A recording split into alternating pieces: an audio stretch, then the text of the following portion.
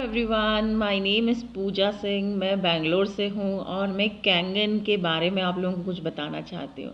Kangen machine इस्तेमाल करते हुए अभी सिर्फ मुझे 15 दिन हुए हैं। विश्वास कीजिए कि इन 15 दिनों में मुझे नहीं पता मेरे शरीर में अंदर क्या बदलाव आए हैं, लेकिन जितना हम महसूस कर पा रहे हैं एज अ लेडी, मुझे इतना समझ में आया कि मेरे जो गैस्ट्रिक प्रॉब्लम था, जो कि मैं कई सालों से परेशान थी, वो गैस्ट्रिक मान के चलिए 1% बॉडी में रह गया है। 1% भी मैं बोलूँगी माइनस में जाने वाला है ये बहुत जल्दी। I can imagine the results.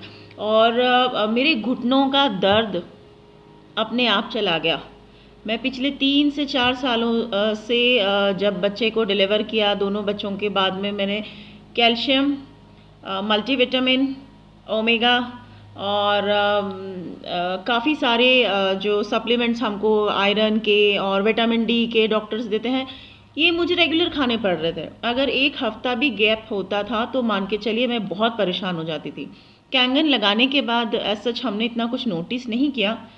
एक दिन बच्चे को नहलाने के बाद, स्कूल भेजने के बाद आई रियलाइज़ कि मैंने बिना स्टूल के बैठे हुए उसको नहला के और स्कूल के लिए रवाना भी कर दिया।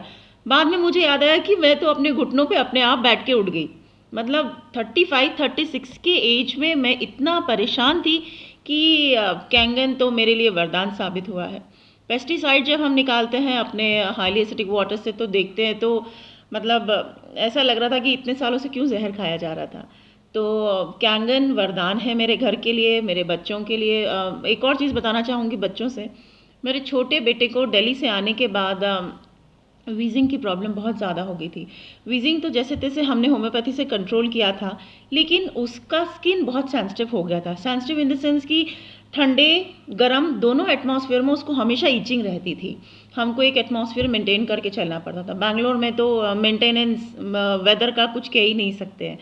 तो उसको हमेशा रैशेस होते थे, जो हमारे सेंसिटिव स्किन जो जॉइंट्स होते हैं वहाँ पे।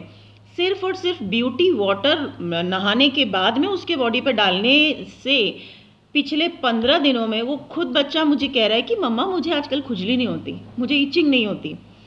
बच्चों के पेट अपने आप साफ हो रहे हैं। तो कुछ तो है। अगर आप अभी भी विश्वास नहीं कर रहे हैं, मतलब प्लीज़ इसको करिए। अपने परिवार की हेल्थ से कॉम्प्रोमाइज़ मत कीजिए। हम थोड़ा लेट हो गए प्लीज़ आप लेट मत होइए। Thank you so much.